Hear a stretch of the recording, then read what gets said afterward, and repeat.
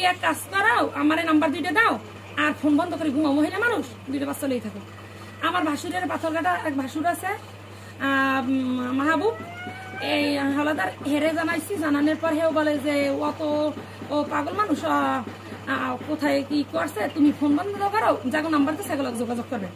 আমি সকালে ঘুম থেকে উঠি, ওঠার পর ফোন যে অন করার সাথে সাথে ফোন আসে যে ওরে পিঠেই বাটি গেছে। আর ওরে আরো 7-8 জনের নাম্বার ও মুখস্থ বলছে, তারা দিয়েছে, তাদের সবার কাছে টাকা চাইছে কিনা তা জানি না, কিন্তু আমার মামা শ্বশুরের কাছে টাকা চা হয়েছে। হ্যাঁ, এই পর্যন্ত কথা। আপনারা কি চাচ্ছেন এখন?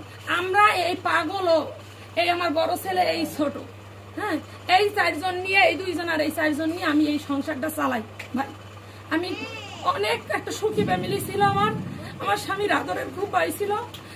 এখন ও মানসিক ভারসাম্যহীন, ও তো মানুষের টুকিটাকি দেখেছে, এই জন্য তো মারতে পারে না কোনো মানুষে, তারে মারিয়া খাওয়াইছে, খাওয়াইয়া আবার আবার আবার মারিয়ে ফেলাইছে, এটা কোনো মানুষে হইতে পারে না। হ্যাঁ, একটু ক্যান্সেল করেন, এই ফোনটা ক্যান্সেল করেন। এখন ও তো একটা মোবাইল চুরির দেয় না, হ্যাঁ, মোবাইল চুরির দেয় না, ও ধরা পড়ছে, তার জন্য ওর উপযুক্ত শাস্তি কি পুলিশের হাতে হ্যান্ড ওভার করা, কিন্তু সেখানে ওরে মারিয়াই ফেলাইছে। আমার বংশটা একদম বিনষ্ট করেছে, তবু আমার ছেলেদের চাষা ছিল, ওরা তো দেখতে পারে যে ভাই আমার একটা চাষা আছে, ও তো কারো ক্ষতি করে নাই।